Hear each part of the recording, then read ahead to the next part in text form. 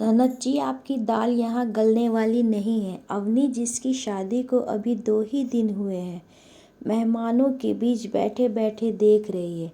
उसकी बड़ी जेठानी आशा ही सारा काम दौड़ दौड़ कर रही है। 1 मिनट की भी फुर्सत नहीं है।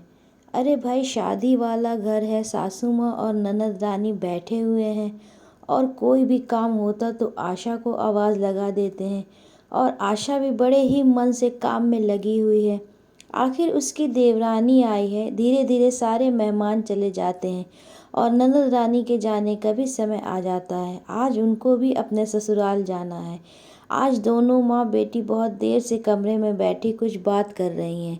बेटी माँ को समझा रही है, माँ अब तुम थोड़ा ध्यान देना। आशा और अवनी मिलकर घर का सारा काम करने लगी थी। दोनों का ही व्यवहार बहुत अच्छा था। दोनों बहनों की तरह मिलकर रह रही थीं। घर का माहौल भी अच्छा था। आशा के बच्चों अनु और अथर्व को भी चाची के साथ खूब मज़ा आ रहा था। कुल मिला के सब कुछ अच्छा चल रहा था। उधर सासू माँ जब भी फ़ोन पे अपनी बेटी से बात करती तो वो उसे घर की सारी बातें बताती। एक दिन वो अपनी बेटी को बता रही थी, अरे तुम ना फालतू में ही परेशान हो रही थी। आशा और अवनी दोनों बहनों की तरह मिलजुल कर घर संभाल रही हैं। अब मुझे कोई फिक्र नहीं। ननद रानी मामी माँ जी को समझाती हैं, अरे माँ, यही तो तुम गलती कर रही हो। अगर दोनों की आपस में बन गई तो तुम्हें कौन पूछेगा। हाँ, तुम कह तो सही रही हो बिटिया, ये तो हमने सोचा ही नहीं। ये आगे से मैं ध्यान रखूंगी। उस दिन के बाद से माँ जी अवनी से आशा की बुराई करती हैं, और जब ये आई थी तो कुछ भी नहीं आता था इसे। न ढंग से पहनना ओढ़ना, ना ही कुछ काम, सब मैंने ही सिखाया इसे। और देखो, उस दिन मुझसे कह रही थी, अवनी को तो अच्छे से खाना बनाना भी नहीं आता। वो तो मैं इसके लिए चुप रहती हूँ कि उसे बुरा न लगे। इन्हें तो बिल्कुल भी पसंद नहीं आता है।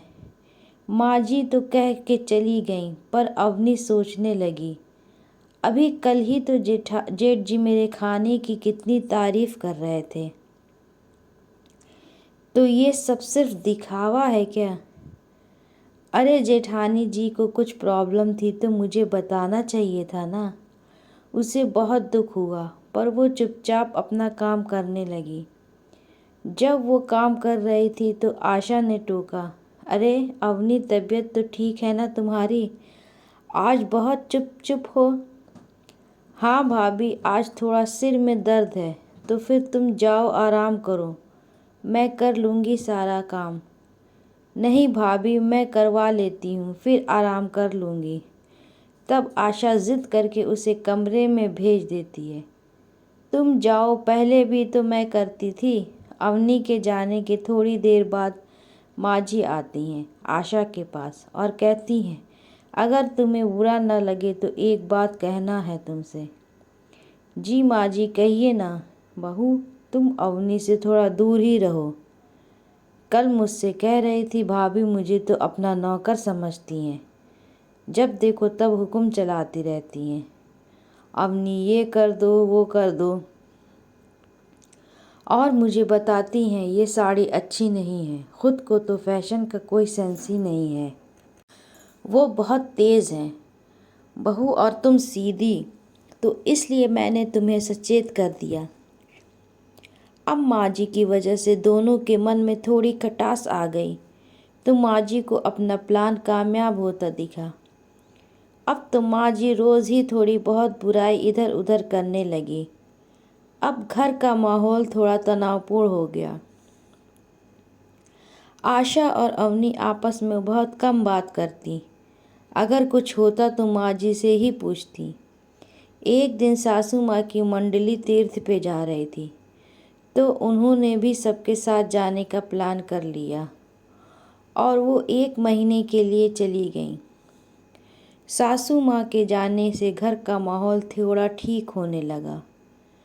फिर से आशा और अवनी में बनने लगी, और दोनों सब काम मिल के करती और फिर दिन भर बातें करती। तो ऐसे ही बातों बातों में सासू माँ के खेल के बारे में पता चल गया। अब दोनों ने सासू माँ के आने पर उन्हें सबक सिखाने की ठानी। अब जब सासू माँ आईं तो दोनों ऐसे दिखाने लगीं जैसे दोनों की बन ही नहीं रही और बिल्कुल भी बात नहीं करती एक दूसरे से। और सासू माँ के पास जाते ही एक दूसरे की बुराई करती सासू माँ से। अवनी आशा की बुराई करती और आशा अवनी की। सासू माँ अब रोज़ रोज़ बुराइयाँ सुन के तंग आ गईं। जब भी थोड़ा फ्री होती सासू जी तो कोई ना कोई पहुंच जाता इनके पास और बुराइयों का पिटारा खोल देती।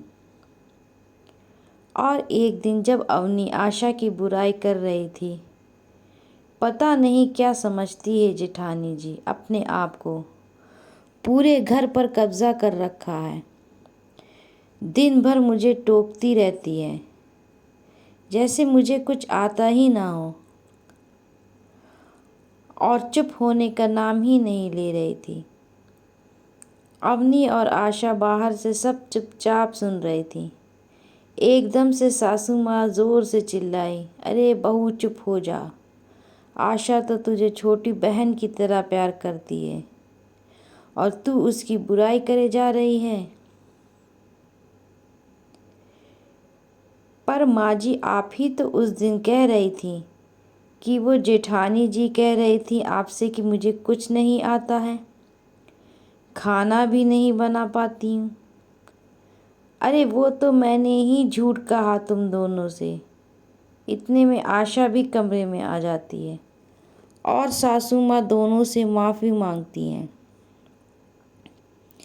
मैं बिटिया की बातों में आ गई थी और अपना ही घर उजाड़ने चली थी।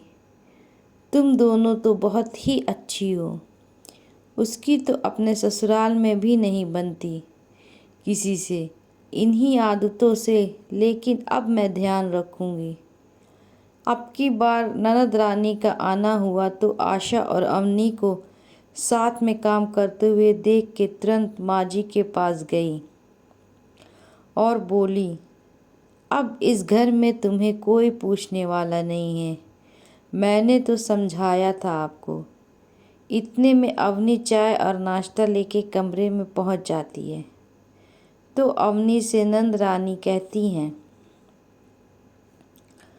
आपको अभी से काम पर लगा दिया बड़ी भाभी ने। उन्हें तो साल भर तक माँ ने बिठा के खिलाया था और आपसे तो 6 महीने में ही सब करवाने लगी। तो अवनी ने कहा, दीदी इस घर की और माँ जी की फ़िक्र आप ना करें, हम देख लेंगे। आप बस अपने घर की परवाह करें और मेरी जेठानी की बुराई तो मैं सुनूंगी नहीं। तो आप आगे से इस बात का ध्यान रखें, आपकी दाल यहाँ गलने वाली नहीं है। दोस्तों अगर कहानी पसंद आए तो चैनल को सब्सक्राइब करें और वीडियो को लाइक करें। प्लीज़ सपोर्ट मी, चैनल को सब्सक्राइब ज़रूर से करें।